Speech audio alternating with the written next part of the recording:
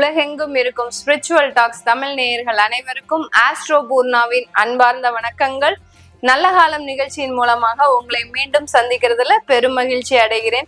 இன்னைக்கு நாம பார்க்கக்கூடிய சிறப்பு தலைப்பு பார்த்தீங்கன்னா செவ்வாய் பெயர்ச்சி. செவ்வாய் பகவான் நீச்சமாக இருந்து சிம்ம ராசிக்கு பெயர்ச்சி ஆகிறார் ஜூன் மாதம் 7ஆம் தேதி. கிட்டத்தட்ட ஒரு 60 நாட்களுக்கு இந்த செவ்வாய் பகவான் அந்த சிம்ம ராசியில் இருக்கும் போது என்ன மாதிரியான ஒரு மாற்றங்களை கொடுக்க போறார். வருட கிரகங்களுக்கு அடுத்தபடியாக கொஞ்சம் மாத கணக்குல பெயர்ச்சி ஆகக்கூடிய ஒரே ஒரு கிரகம் இந்த செவ்வாய் பகவான் தான். இந்த செவ்வாயினுடைய பெயர்ச்சி ஒவ்வொரு ராசி என்பர்களுக்கும் பல்வேறு விதமான ஒரு மாற்றங்களை கொடுக்கக்கூடிய ஒரு நேரமாக இருக்கும். நீச்சமாக இருக்கும் போது தேவையில்லாத கஷ்டங்களையும் தேவையில்லாத பிரச்சனைகளையும் அடுத்து பாத்தீங்கன்னா எதிர்பாராத ஒரு உயர்வுகளையும் கொடுக்கக்கூடிய ஒரு கிரகமாக தான் இந்த செவ்வாய் இருக்கும். இப்போ நீச்சத்துல இருந்து வெளியில வர போறார். அடுத்த 60 நாட்கள் நமக்கு எந்த மாதிரியா இருக்க போகுது அப்படின்றத நம்ம இந்த பதிவுல தெளிவா பார்க்க போறோம். இந்த சேனலை சப்ஸ்கிரைப் பண்ணாதவங்க சப்ஸ்கிரைப் பண்ணிக்கோங்க. பெல் பட்டன்ல ஆல் ஆப்ஷன் சூஸ் பண்ணீங்கன்னா உங்களுக்கு அடுத்தடுத்த பதிவுகள் நோட்டிபிகேஷனா வரும்.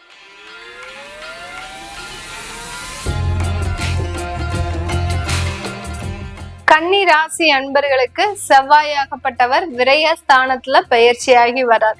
கன்னி ராசி அன்பர்களுக்கு இந்த செவ்வாய் கொஞ்சம் கெடுபலனை கொடுக்கக்கூடிய ஒரு கிரகம் தான். ஏன்னா உபஜய ஸ்தானத்திற்குரியவர் 3ஆம் இடத்திற்குரியவரும் அடுத்து அஷ்டமாதிபதியும் இந்த செவ்வாய்.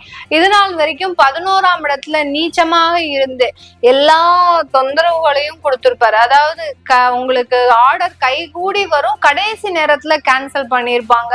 தொழில் சம்பந்தமா வாய்ப்புகள் கை நழுவி போகிறதுக்கு உண்டான அதிகப்படியான அமைப்புகள், வேலையில இன்டர்வியூக்கெல்லாம் எல்லாத்துக்கும் போயிட்டு அங்க போய் ஃபெயிலியர் ஆகிறதுக்கு உண்டான ஒரு பயமும் பதட்டமும் அங்க வந்து அந்த இடத்துல என்ன செய்வது அறியாதுன்னு அந்த இடத்த அப்படியே நீங்க கேன்சல் பண்ணிட்டு வரக்கூடிய ஒரு தருணம். இதெல்லாமே இந்த ராசி என்பர்களுக்கு கடந்த காலத்துல இருந்திருக்கும். கன்னி ராசி என்பர்கள் யாராவது இன்டர்வியூல ஃபெயில் ஆகுவாங்கன்னு சொன்னா நம்புற மாதிரி இருக்கா?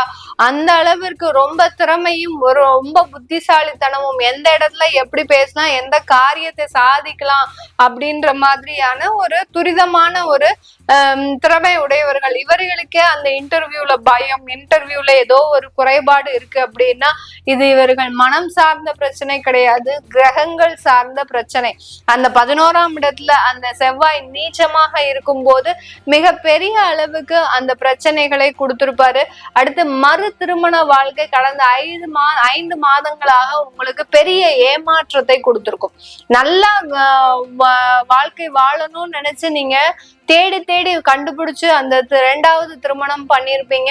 அந்த திருமணத்திலேயே ஒரு தோல்விகள், தேவையில்லாத கருத்து வேறுபாடுகள், இது எல்லாத்தையுமே இந்த கன்னி ராசி அன்பர்களுக்கு கடந்த காலத்துல இந்த செவ்வாய் நீச்ச செவ்வாய் கொடுத்திருப்பாரு. இப்போ இது எல்லாமே நிவர்த்தி ஆகக்கூடிய ஒரு டைமா கேட்டீங்கன்னா அதுல இருந்து கடந்து செல்லக்கூடிய ஒரு நேரமாக தான் இருக்கும்.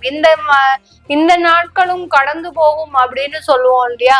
அதே மாதிரிதான் 12ஆம் இடம்ன்றது விரயஸ்தானம். அப்படி இருக்கும்போது இந்த இழப்புகளை நீங்க ஏற்றுக்கொள்ளக்கூடிய ஒரு மனப்பக்குவத்திற்கு ஆளாகக்கூடிய ஒரு நேரமாக தான் இருக்க போகுது. ஏன்னா உங்களுடைய செவ்வாயாகப்பட்டவர் 12ஆம் இடத்துல இருந்து உங்களுடைய உபஜய ஸ்தானத்தையும் பார்க்கிறார். அப்படி இருக்கும் போது ஒரு இடமாற்றத்தை செஞ்சுக்க போறீங்க.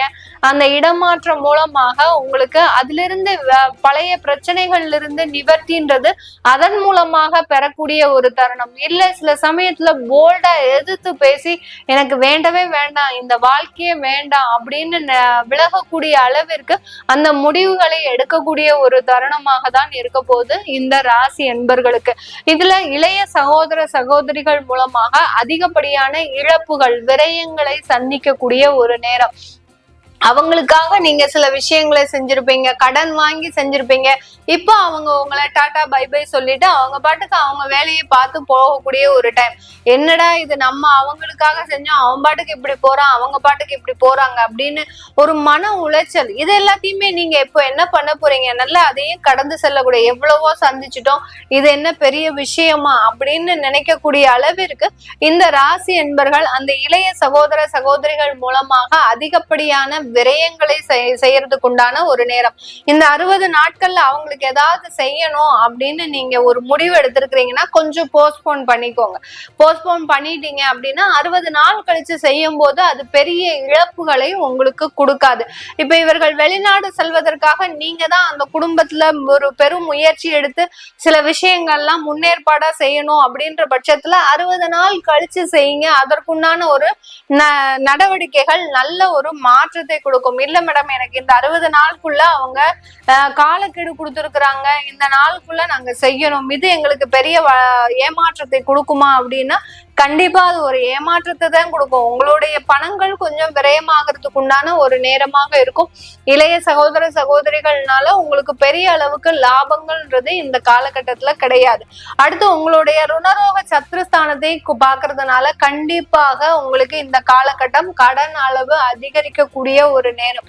கன்னிராசி என்பர்கள் இந்த காலகட்டம் 60 நாட்கள்ல எவ்வளவு கம்ப்ரஸ் பண்ணி உங்க செலவுகளை குறைக்க முடியுமோ குறைங்க.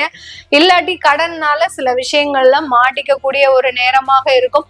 தொழில் சம்பந்தமான கடன்கள் வாங்குங்க, அது ஒரு பெரிய பிரச்சனையே கொடுக்காது. ஏன்னா இந்த செவ்வாயாகப்பட்டவர் உங்களுடைய உபஜய ஸ்தானாதிபதி தான். அதனால உங்களுக்கு அந்த தொழில் சம்பந்தமான சில கடன்களை வாங்கும் போது அதுல மாற்று ஏற்பாடுகள்ன்றது இந்த காலகட்டம் இந்த ராசி என்பர்களுக்கு கிடைக்கக்கூடிய ஒரு நேரமாக இருக்கும்.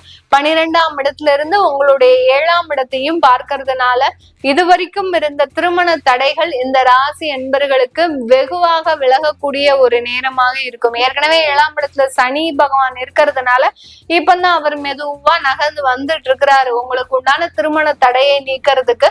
இப்போ இந்த செவ்வாயினுடைய பார்வையும் சேர்ந்து வர்றதுனால கண்டிப்பா உங்களுக்கு திருமண தடைகள் நீங்க எதிர்பார்க்கிற அளவுக்கு உங்க உள்ளூர்லயே எல்லாம் வேலை, அதாவது வரன்கள் கிடைக்காது. வெளியூர், வெளிநாடு, வெளி மாநிலம் சம்பந்தப்பட்ட வரன்கள் தான் கண்டிப்பா கிடைக்கும். அத ரொம்ப சந்தோஷமா ஏற்று நீங்க இருந்தீங்க அப்படின்னாலே நல்ல ஒரு வளர்ச்சிகரமான ஒரு வாழ்க்கையாக தான் இந்த ராசி என்பர்களுக்கு இந்த காலகட்டம் இருக்க போகுது.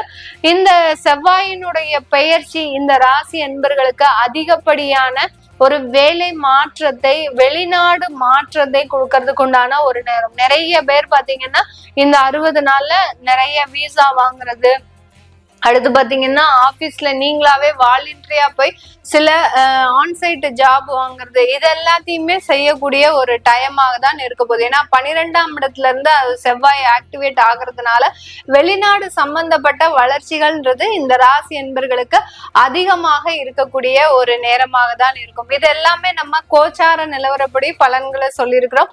உங்களுடைய ஜனனகால தசாபுத்தி பலன்களை பார்க்கணும் அப்படின்னு விருப்பப்பட்டாலும், உங்களுடைய குழந்தைகளுக்கு நியூமராலஜி படி பேர் வைக்கணும், குழந்தைகளுக்கு ஜாதகம் எழுதணும் அப்படின்னு விருப்பப்படுறவங்களும் கீழே இருக்கிற நம்பருக்கு வாட்ஸ்அப்ல அப்பாயின்மெண்ட் வாங்கிக்கிட்டு நீங்க என்கிட்ட கன்சல்ட் பண்ணிக்கலாம். உங்களிடமிருந்து விடைபெறுவது உங்கள் ஆஸ்ட்ரோ பூர்ணா. நன்றி, வணக்கம்.